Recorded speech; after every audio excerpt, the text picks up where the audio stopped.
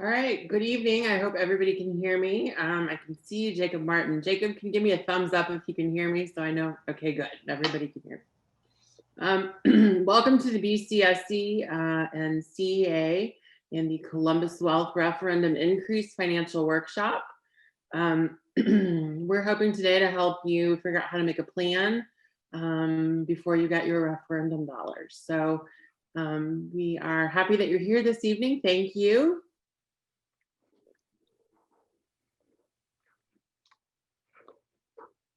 Here's our agenda this evening. Everything from talking about the referendum increases to all the way down to life insurance. And at the end, we're going to have some time for questions and answers. So if you do have a question, please type it in the chat and I will be able to see that. And as we get to the end of different sections, either myself, Chad, or Jacob are going to answer these questions for you. With that being said, I'd like to introduce the two nice gentlemen that I have with me. I have Mr. Chad Phillips, who is our Assistant Superintendent of Finance at BCSC. And I have Jacob Martin, who is the Financial Advisor and Owner at Columbus Wealth. And he is a product of BCSC as well.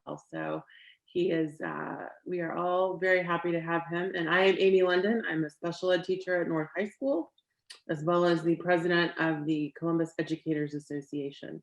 So thank you everybody for joining us this evening. With that, we're gonna start talking about the referendum and what does that look like and what kind of money are we going to see from that. So there's a couple different ways to calculate. There's one way to calculate, but there's a couple different things that are gonna allow you to have years of experience to get this referendum. So it's your years inside BCSC that you've worked. You get a point for every year, and then you get 1/3 of a point for every year outside of BCSC. So for every 3 years, you get a point. When you go to start to put those points together, if you have 5 to 9.99, you're going to get a $5,000 increase. So once you've completed that 5th year and you go to start that 6th year, you're going to have the $5,000 increase, if that helps to understand it that way. And then the 10,000 and 15,000. So for the 10,000, you have to have completed your 10th year. So anywhere between your 10th year to 14.9. And then to get the 15,000, you have to have completed your 15th year or have 15 points completed.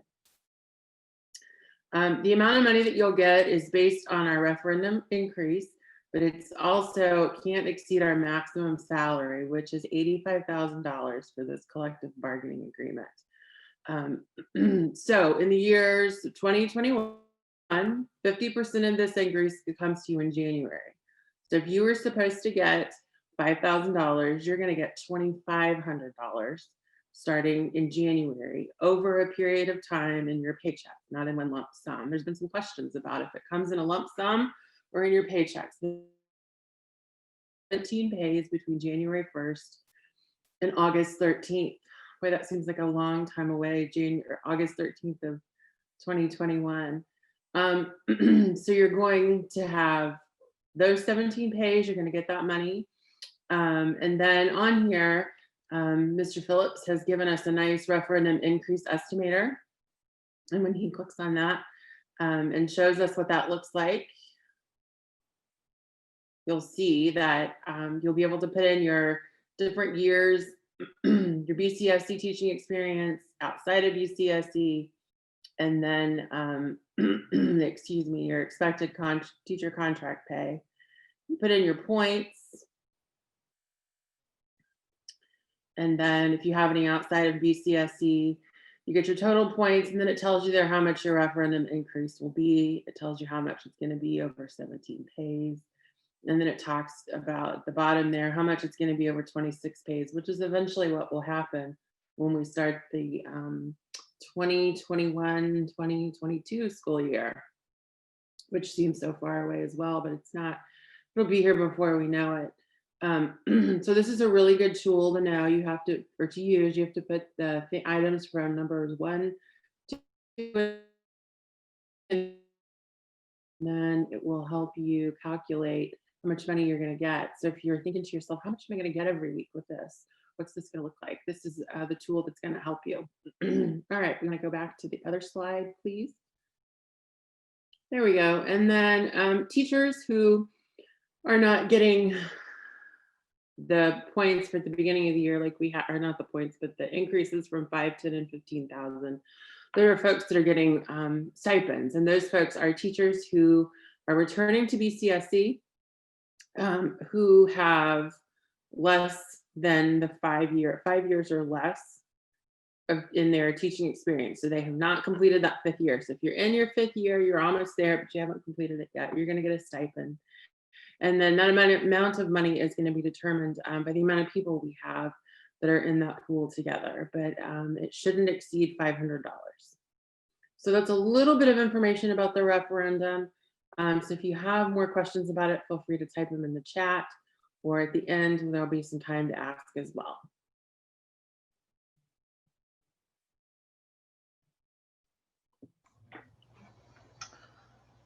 All right, Amy, Jacob, I can see you two on the screen. So can you give me a thumbs up if you hear me well? All right, terrific. So some of the goals of tonight's session are to make sure you have the information and the tools that you need, the access to some resources that you need to set yourself up for when this increase hits in January, to make sure that that you're setting yourself up for long-term financial success. So things that you have about 2 months in here left between now and January 1st when this starts. And so you have 2 months to get some things done and think about the list of things we're talking about.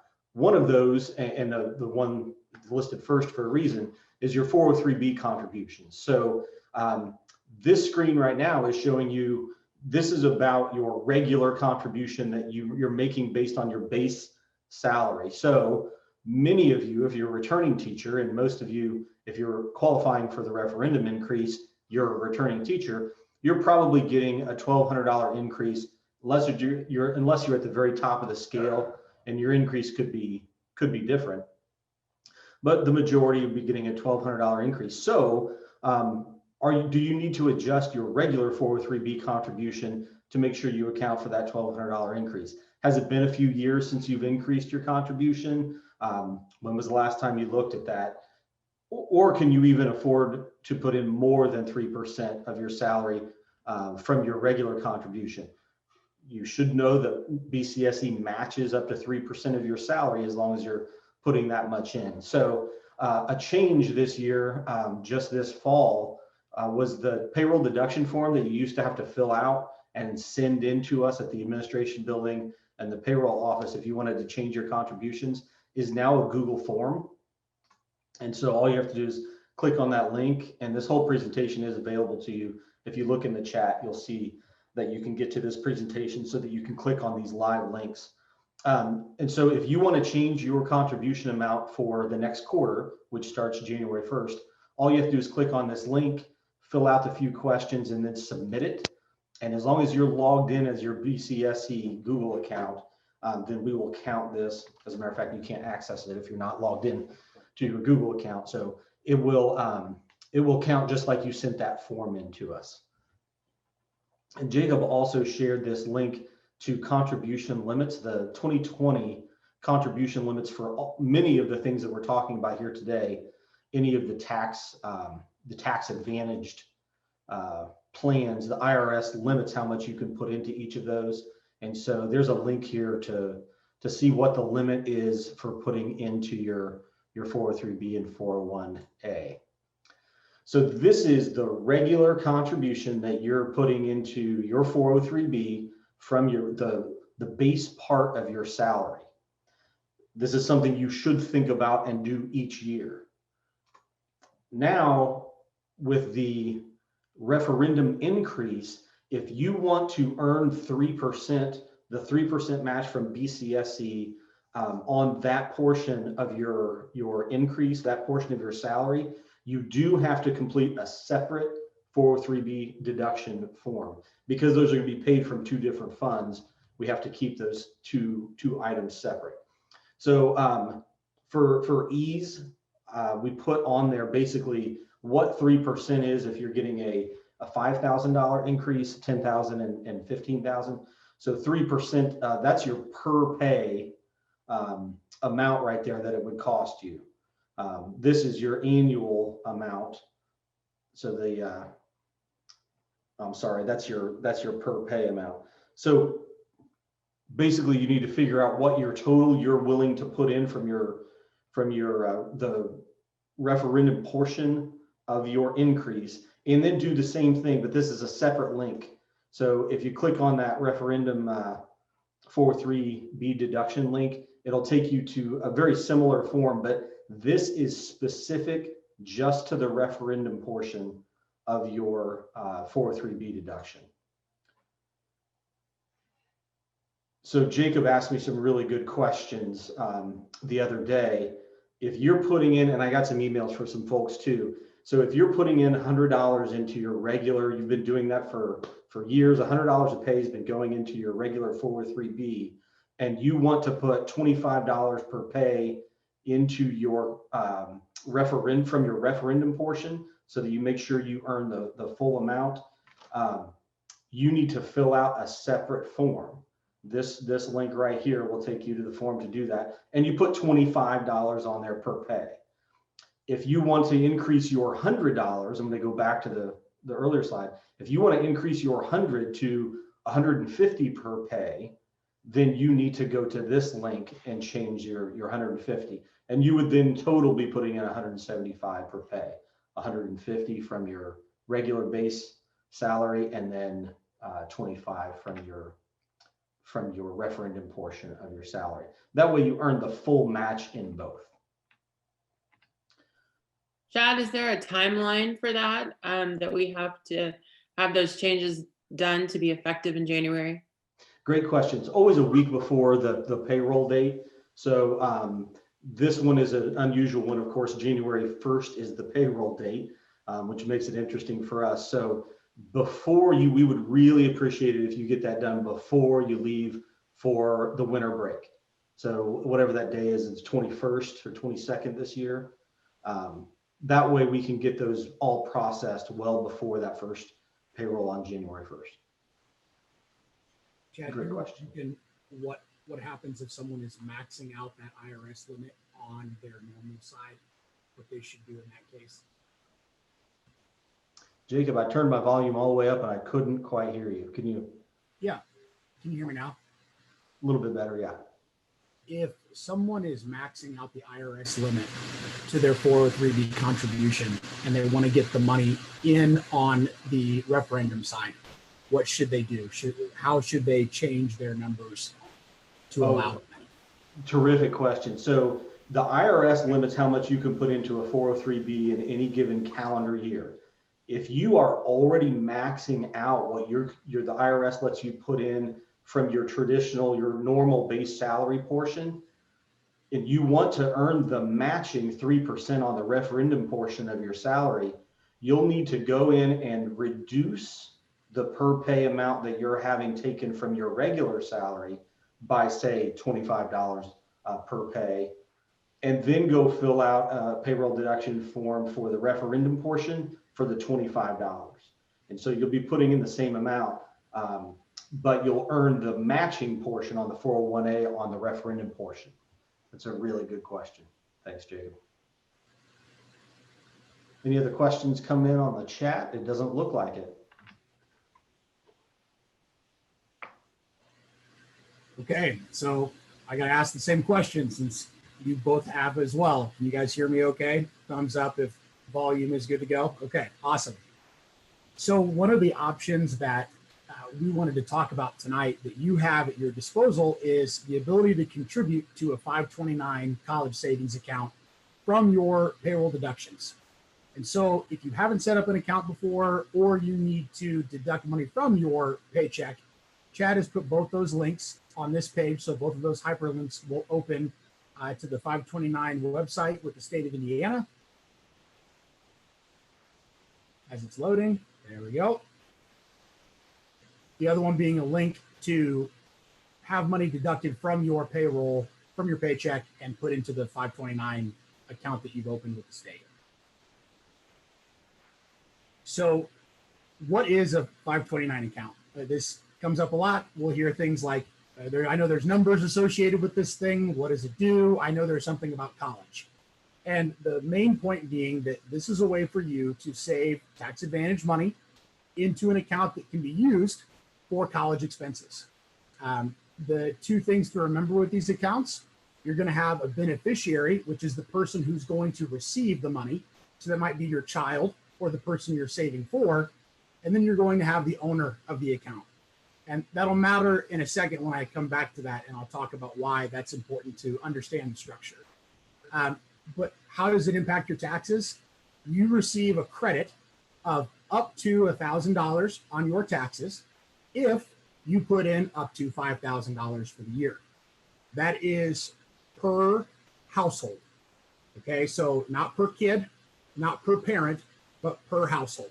So if you've got grandparents and you've got parents involved, household numbers. So just something to keep in mind when you look at that.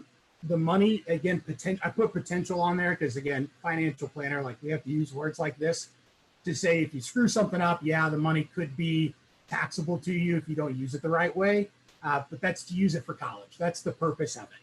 So as long as you're using the money as it's invested in the account to pay for college expenses, you're going to be fine. You're not going to pay any taxes on that money as it comes out to you.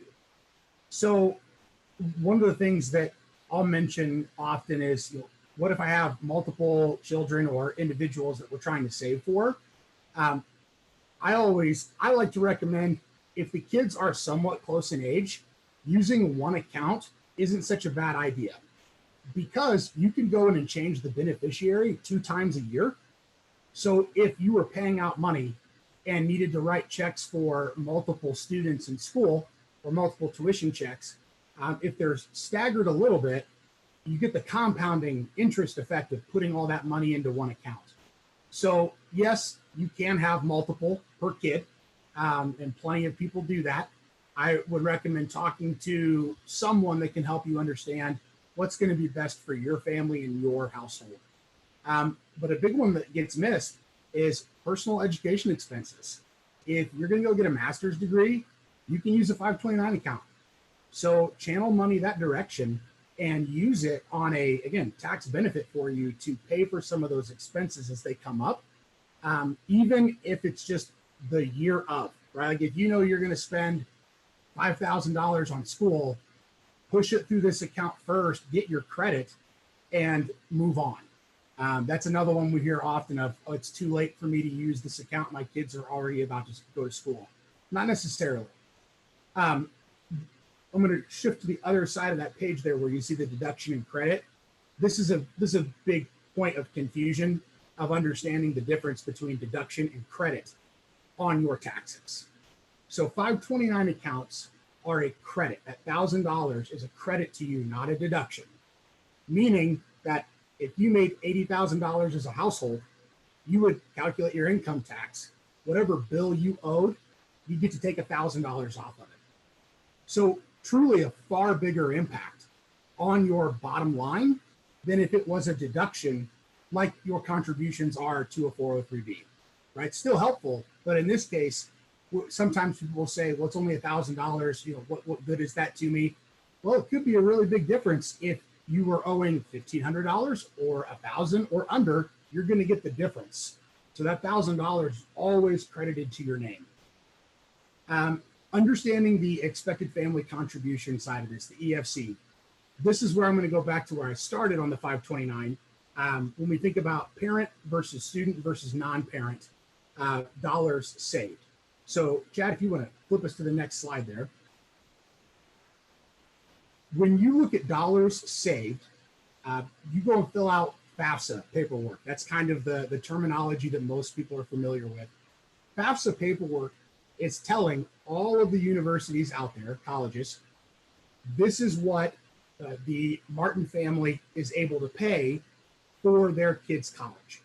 So it's not just your income that matters.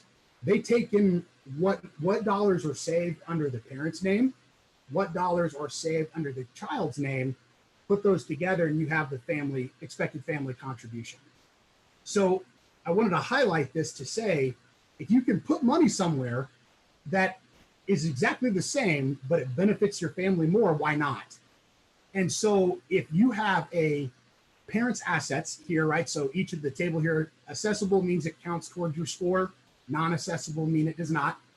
When you look at parents' assets, 5.64% of that asset will count towards the expected family contribution.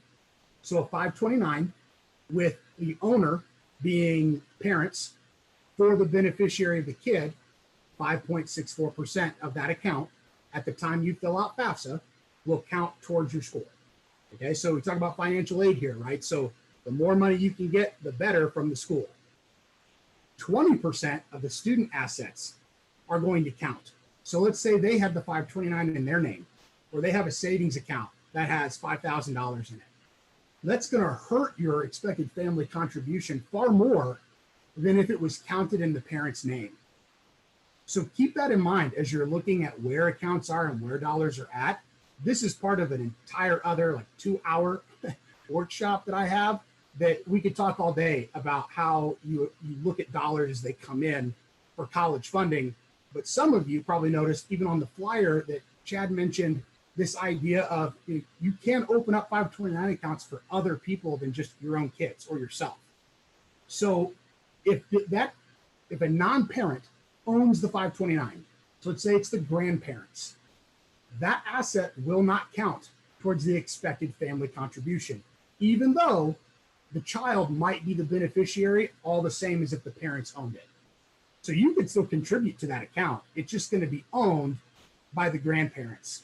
So some things to remember when you're looking at how you set this stuff up. We just want to try to help you leverage. Does this make sense to use this type of an account for you and your family? You go to the next one, Chad. Yep. So, all right, thanks, Jacob. I've often heard that referred to as a rich person's benefit, that tax credit on the 529, because all people who have lots of money set up 529s because you get a 20% return on your investment just from the tax credit every year. 20% return on investment per year is pretty darn good, right? You're the financial advisor, yes? Yeah, that's unheard of. Yeah, 20% is very good. Yes. So that's why people who have money stick their money in a 529 if they can.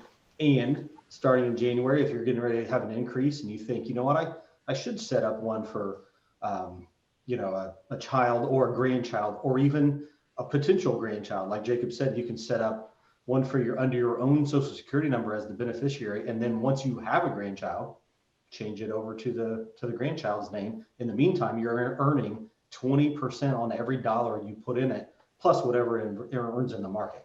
So, okay, health savings accounts. The next thing, if you're getting ready to experience a large increase in income, you think about, we think you should think about health savings accounts. Many of you will already have one set up, but some of you may still be on the PPO, and you have to be on the high deductible plan in order to have a health savings account. So why should you be on a high deductible plan? Well, the premium that comes out of your check is less, of course.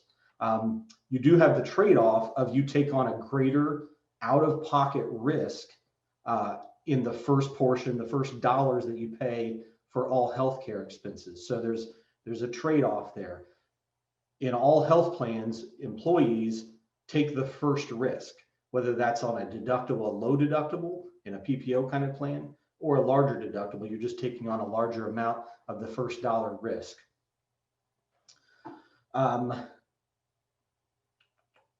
So the health savings account, what that does is help you offset some of that risk. So if you take on the first $3,500 of out-of-pocket cost, the health savings account allows you to take that money pre-tax and put it over in a health savings account where it can earn some interest, and then that helps reduce your out-of-pocket risk for that year. Jacob, you have a note in there about taking money out for expenses. Yeah, so it's critical to understand that the rules around HSA state that as long as the account is open when the expense occurs, you can ask for reimbursement, so money to you or withdrawal from your HSA at any point in the future. So get the account open, even if you're only going to put $1 in there, and keep those medical expenses, because you never know when you might want to ask for that money back, and you'll have the advantage of it still coming out to you tax-free. So that was a big deal for myself of having a medical expense. That maybe with the hospital you can work out a payment plan, right, where you could still continue to save and contribute to that HSA. You'll still get your money back out whenever you want to ask for it. Just make sure that the account is open before the expense happens if you want to ask for money back to yourself. So Sintra is BCSC's HSA account manager. And so there's 2 links there for you if you don't have an HSA already, with information and instructions on how to set up an account there. So just to quickly run through, why would you change to a high deductible plan from a PPO? Well, here is the high deductible plan. Here's the annual premium, depending on which group you're in. Of course, it goes up the more members of your family you have. And then your max out-of-pocket costs in that second column. And so your total maximum possible expenses in a calendar year are that far right column. It ranges from under 5,000 to about 11,500. So compare that to a PPO. So our PPO plan, your premium is much higher, whereas your max out-of-pocket expenses are lower.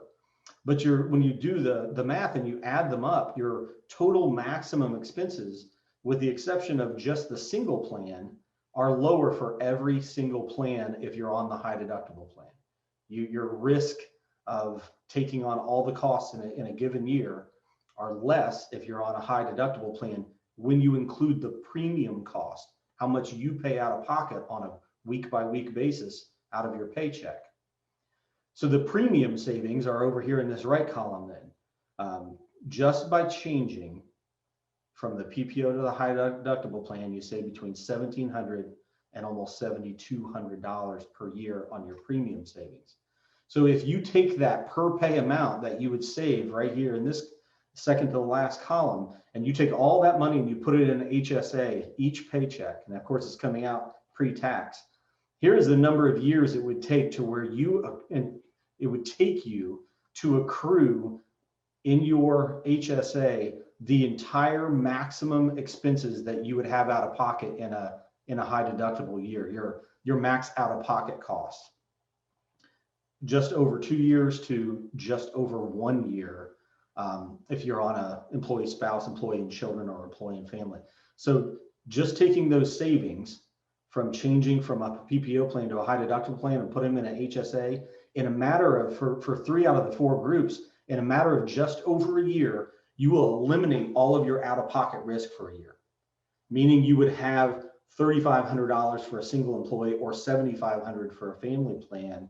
You would have that much sitting in your HSA. So if something catastrophic happened, you could pay 100% of that cost out of your HSA and not have that hit your pocket. Now, of course, you want to replenish that each year, but that's how long it would take you to actually accrue enough in your HSA to eliminate all of your out-of-pocket risk in a calendar year. And that could be a huge and intelligent investment for you to take some of the money for this referendum increase and really build up that balance in your HSA. So if something does happen, you can really protect yourself against risk.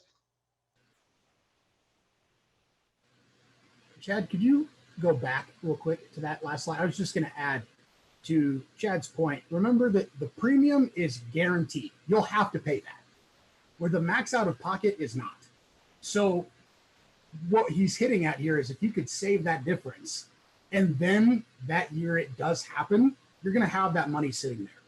So it just gives you that opportunity to say, I'm going to choose to pay that lower premium, the guaranteed number, and save that difference for the day that it does happen. And more often than not, that's going to be the case. But again, it's going to be individual basis. But that's definitely something that I'm steering people towards as well. That more often than not, it makes a lot of sense to make that change. Emergency funds. This is the fun stuff, right? Now we're getting into the part where everybody wakes up and we're feeling good now. I get a question, probably the most common question I get around emergency funds, it's how much should I have in it? And what does it take to be an emergency fund? And so the first and foremost, it's got to be cash or cash light. You got to be able to get to it quickly. We have to be able to, so when we say that, easily accessible in a timely manner. Now that could depend on different things, 3 to 5 days, right? It all depends on what an emergency looks like to you, but it needs to have very little risk associated with it. And how much should the emergency fund be? Well, I put 2 examples down of probably the most common that come up. And I will tell you that it does not matter what anybody else says. It's what you want it to be. So if you feel like you got to have 12 months saved up, by all means, save up 12 months. If you think it needs to be 1 paycheck worth, let it be 1 paycheck worth. I'm a big believer in this is a big emotional feeling account. So it's got to be what you need it to be. And so one way to look at that, I already kind of hit at it there, was you could look at it in months. So you could say, okay, I want to have X amount of months of income saved up. Or to say, I want to be able to cover up X amount of expenses over 6 months, whatever it might be. The maybe a little more complicated way to look at it is the non-insurable risks, meaning deductibles, right? Like you have to pay those. So if you look at your car insurance and you have $1,000 deductible, well, then you better have $1,000 saved up to cover that difference until insurance kicks in. And so either way, you can start to come up with a pretty good number that would cover you under just about any circumstance out there. I tend to use the second one, the non-insurable risks, for myself. Whatever I can insure efficiently, I will. Whatever I want to save up, I'll do the rest for when it comes to like insurance deductibles and things like that. Then you get to use accounts like HSAs, right? That can become part of your emergency fund for medical expenses. So it doesn't have to all be in one exact spot or one exact account. And most importantly, just stick with a plan. Like decide what you're going to put towards this thing and let it roll. Don't overcommit yourself. It hurts a lot more to walk that number back than it does to push the number up. So start out at a number you know you can do, and then pay attention to it, track it, so that then you can increase it over time. Just like Chad was talking about with your 403B contributions. Start somewhere so that it builds up kind of as that out of sight, out of mind. Then it's there when you need it. Because as I put on there, just 2 quick stats that I think really hit home right now, 69% of adult Americans have less than $1,000 in a savings account. 54.29% of those aged 45 to 54 have no savings at all. That's pretty startling, but it also shows that we're in such a go, go, go, immediate satisfaction world. That's the problem. You just got to be able to set it and forget it so that it happens behind the scenes and you don't continue to push that out, because eventually you're just going to wake up and you're going to be at that higher range and not have those dollars sitting there when you need it.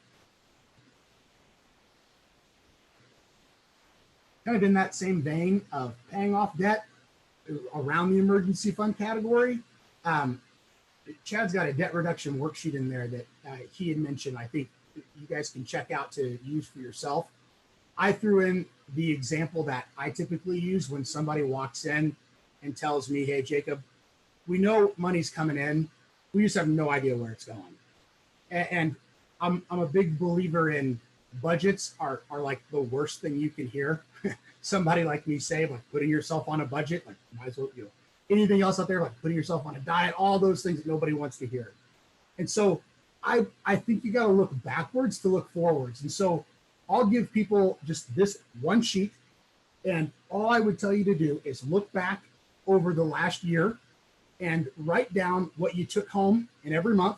So I hit on that third paycheck. If there's a third paycheck that shows up, put it in that month so you can see what came in. What were your fixed expenses? The things like mortgage, rent that you knew you were going to pay, and write those down next to it. I also want to hit on like large fixed expenses. So I think of things like some of you might pay for auto insurance 2 times a year, whatever that might be. You probably have an idea of what those numbers look like. Put those in the months that those occurred and just look at the difference. because that's truly what you're spending. It's variable expenses. It might be credit cards. It might be other forms of debt. It might be eating out. I don't care. You got to know what you're working with first. Because if your fixed expenses are eating everything up, well, then paying off debt might be something that becomes not necessarily more difficult to do, but it definitely becomes an important thing we got to look at. And you start thinking about, how do we look at credit card debt? How do we reconsolidate money? I know Amy has some awesome things that she can talk about here that I'll let her jump in on as well when I talk about some of the college debt pieces that are out there and some tools that are available. So Amy, if you want to jump in real quick, I'll let you say your section here. Sure. So if you're a member of the Columbus Educators Association, we have a national program through the National Educators Association that is free to every member, and it is called Degrees Without Debt. And what it is a program that you bring your student loan information with you and your tax returns, and you go through a process of filling out all these, plugging in different numbers and the information, and it helps you consolidate all of those, and it actually reduces your college debt. It gets rid of some of it. There are special considerations if you got your teaching degree during specific years, depending on how long you've been a teacher. So there's a huge benefit to participating in those workshops. So if you are a member of CEA and you are interested in that, then all you need to do is send me an email and I'll make sure we get a workshop set up and folks can get that information. I've seen folks erase anywhere from $500 to $5,000 in their college debt. So it is definitely beneficial. So just let me know if you are interested. The last thing I'll mention on this sheet is it's a great way to look back now before this increase kicks in, right? Because you've already seen the calculations now, you know when money is going to show up. So you can start to plan ahead for, maybe it's just a small pile of debt that you just need to put some extra dollars towards and have it knocked out. It also will tell you, like, when are those expenses I haven't planned for that are probably hitting me harder than what I thought. Those are probably the two most common pieces that come out of using this tool.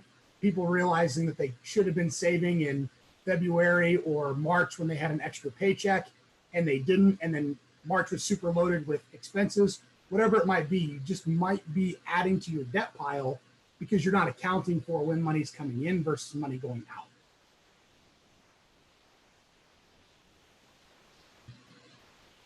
So I am not a CPA. I do not give tax advice. That is not my thing. I'll be happy to send you to somebody that does. But this is the piece that Chad, I just carved a couple pieces out that I thought of all of that information that's there. The two that you probably would care most about. Your income is going up, which means you might be jumping a tax bracket. That might be critical for you to understand when it comes to, can I save more in my retirement account and help with that situation? Should I be putting money towards that HSA and helping that situation? I think always a critical piece when you then apply that to your withholdings on your paycheck, right? So how many deductions are you going to take? All those pieces that can come into, am I withholding too little now? And maybe you're still withholding a lot and you want to decide, could I withhold less? Right? And you want to have more cash flow back into the family plan. And the standard deduction that's there, just because of tax reform that's now been in place for a couple of years. But if you've heard numbers floating around, you're not sure, that tells you just off the top, without doing anything else, you're at least going to have that standard deduction come off of your income, right? So going back to that, if I had $80,000 of income before any deductions, I am sitting right at the top of that 12% tax bracket. But I get to take 24.8 off of that number before I calculate what I owe if I'm married filing jointly. So that is as far into tax talk as I'm going to go. But I wanted to plant that seed with you to be thinking about, you might now be changing tax brackets. Some of you might have had people that were spouses that are at Cummins. And with this year, with having that 20% cut for a period of time, you might be turning around next year and seeing a very different income stream. And so again, like I wouldn't use this year to justify what you're going to do next year. Make sure you're getting those numbers accounted for. Updating beneficiaries. This gets missed a lot, mainly because people just don't understand that you got to go to multiple areas to get your beneficiaries updated. You can't just turn it into BCSC and everything is good to go. And why do you even care about those beneficiaries? Well, in terms of legal talk, when it comes to, I have a will, it's no big deal, I don't need to worry about my beneficiaries. Not true. Beneficiaries will win over any other legal document you have written up that says, no, I want my money to go here. So thinking about those life changes, that might be children. There might be multiple kids now. You might have a blended family. You may be from a divorce. Things like that come into play where you're going to want to make sure that those beneficiaries are appropriate for where you see money going now, where you want it to be, because beneficiaries will win out. I know Chad and I have talked before about just accounts that have no beneficiary. That can get complicated because technically it has to go to the estate before it can be settled, which just means that things get tied up. It might end up where it needs to go, but it's going to create a sticky situation. And most of us don't want to hand off a problem in situations like that because it's already a difficult situation for people to go through. So where should I look for those beneficiaries? One tip that I wanted to give everyone that I do on every life insurance policy that I write, for beneficiaries, I will check a box that's called per stirpes, a legal term. It just means that if that person dies, it goes to their next of kin. So if you were going to leave, say you had 2 children, 50% each, you probably would want that 50% of one of your children, if they were to pass, to still go to their children or their spouse. And in that situation, it kind of takes care of that for you. So this is a way that I will check, especially if we just have we're looking at husband-wife situation, right? Where it's just the 2 people there that we've got. Definitely checking per stirpes because we need that to stay in line with where it goes next. So something you can all go back and look at contracts that you might have to see where does that align for what I have. 403B, like if I'm the person you're working with, you're calling me and I can check on those, or you can call whoever your 403B provider would be to check on those accounts. 401A, so that's your match, right? So you have your money, which is the 403B. You have the matching money, which is the 401A from BCSC. 2 separate accounts, 2 separate sets of beneficiaries. So double check those as you're checking off your list of where does money go. The one that creates the most problems that I have seen is TRF, the estate account. Probably at least 2 or 3 times I have seen where a now ex-spouse was still listed as the primary beneficiary because they just didn't know it. But now, especially if you haven't logged in since 27-18, which, let's be honest, if we turned on our cameras right now and we had people raise their hands, there would be plenty of us that have not. You actually don't have a beneficiary listed at all, because when the state shifted this entire management process to Voya, the system essentially wiped itself clean, and they sent you a little postcard that said, hey, you should log in and make sure that you put a beneficiary on this account, but they didn't put important on it, and we all threw it away. So make sure you log in to the state website. I put it there for you for a reason. Double check you have a beneficiary or that they're listed as you want them to be. And I'll just add in here, Jacob, I'm looking down the list of the participants in this right now. I don't think any of them have been in the new teacher orientation for the last couple of times, so they probably haven't heard. My suggestion that I've been giving to new teachers for the last 2 years is that they go into their calendar right now and pull up the day after Thanksgiving, Black Friday, November, whatever it is, and they put in there a reminder to log into each of their accounts and update their beneficiaries. Just a thing to do every year on that one time. It really will save your loved ones some time down the road. The other thing I'd like to add to that too is, I was trying, as I was looking for information for this workshop and then also to help some members, the TURF and the NPERS website, they allow you to put in your birth date and your social security number to try to get your PIN number if you don't know what it is. But eventually that leads you to them saying, all right, you've put this information in, we verified it to you. We're now going to mail you your PIN number through snail mail. So we all know that takes a while. So when you are planning to do something like that, make sure if you don't know your PIN that you've allowed enough time for you to get mailed that information.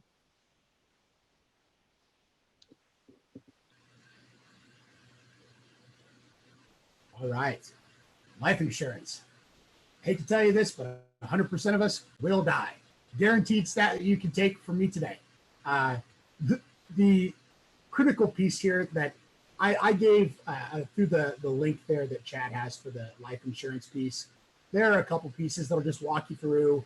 If you've never looked at this stuff before, what type of policy do I need? Do I need a policy at all? So just an easy read, a couple pages long to let you know, hey, okay, this is something that's going to be important for me. But the little acronym that I'll use most often when we're having a conversation around life insurance for the first time, just think of these key areas. And if that's important for you to have this covered, to factor into how much do I need to have? Living expenses. How much of a expense category do you want to cover for your loved ones should something happen to you? Which leads you right to income, right? How much of your income would you need to have factored into your family's household? Or maybe it's a matter of months, years, whatever it might be. I'll always be quick to point out too that you might have a spouse that doesn't work. I would justify there's an income piece there, and it might be what you're earning, because now you need to be at home taking care of the family and not earning that income, or you need to be able to pay somebody to help with that care. Final expenses, right? So that's the one that probably gets tied to life insurance the most. What kind of funeral, burial would you want to have, and how much would that cost? There's your final expense category. Education cost, college.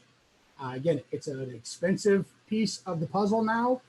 If something happens to you, do you want your life insurance policy to cover college expenses for whomever it might be? What types are available and which should you choose? Talk to a professional. That's obviously I think the easiest thing to mention. But you do have, so like I said, there's a term versus permanent handout in there. But you also have some stuff that's provided to you. And I'm a big believer in worksite benefits. So when you can have from your payroll deduction a policy that makes sense for your family and your situation where you're at, group plans will run on the less expensive side. So purely from a budget standpoint, you're going to save some dollars that way. Ultimately, you want it to do what you need it to do. But again, great way to look at how can I leverage this situation of now I've got a policy in place that's with me while I'm working. And for some of those letters up there, that might stick out, things like education cost. NEA also has an option for you. So Amy, do you want to hit on what that looks like? So when you sign up for CEA, you also become a member of the National Educators Association.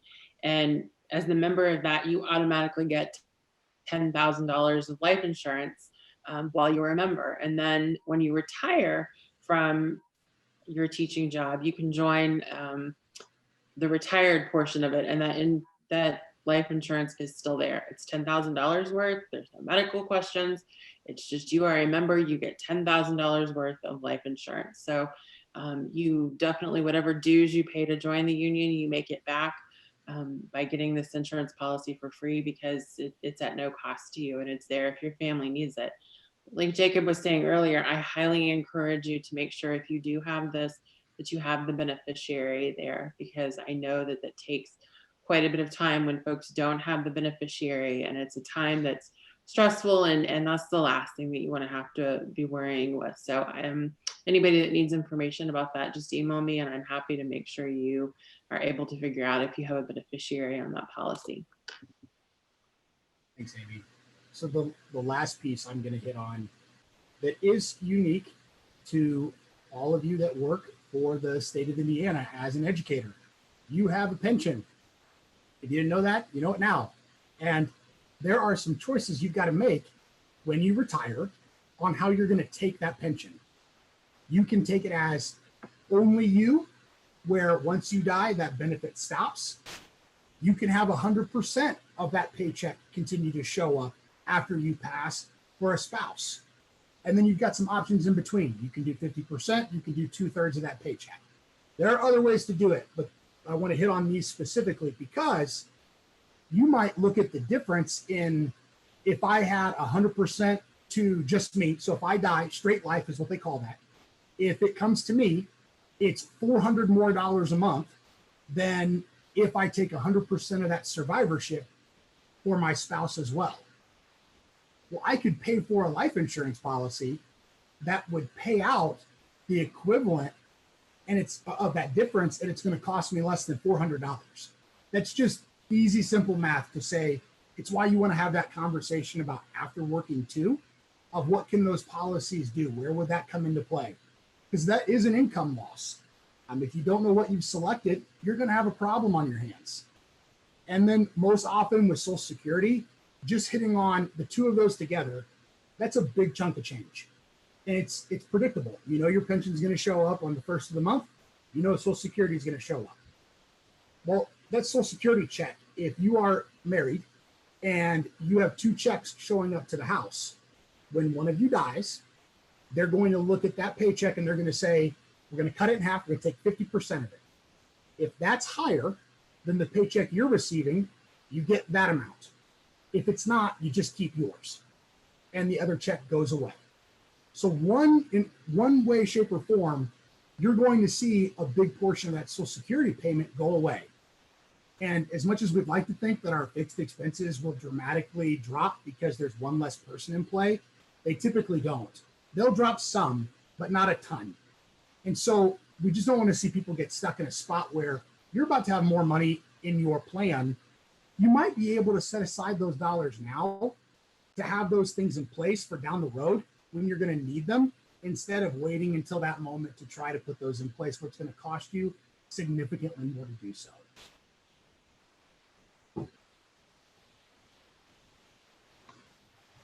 All right, so just to wrap up, if you were going to use a checklist, this is what we've kind of given you here. So based on all the information, all the links, all the resources from this evening, between now and January 1st, these are the things you should just go down through and check them off one at a time.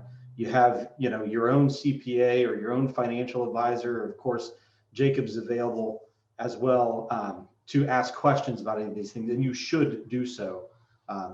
Talk to your financial advisor, talk to your accountant about the tax withholding and those kinds of things. So here's your checklist. We thank you for your time and your attention, and I hope it was useful. Thank you very much, Amy, for helping put it together, and Jacob for doing much of the heavy lifting around the content. I think we will we'll stop recording now and then answer any questions you might have. Feel free to type them in the chat there, and we'll try to do our best. If you don't have any questions, have a good evening and the rest of your week.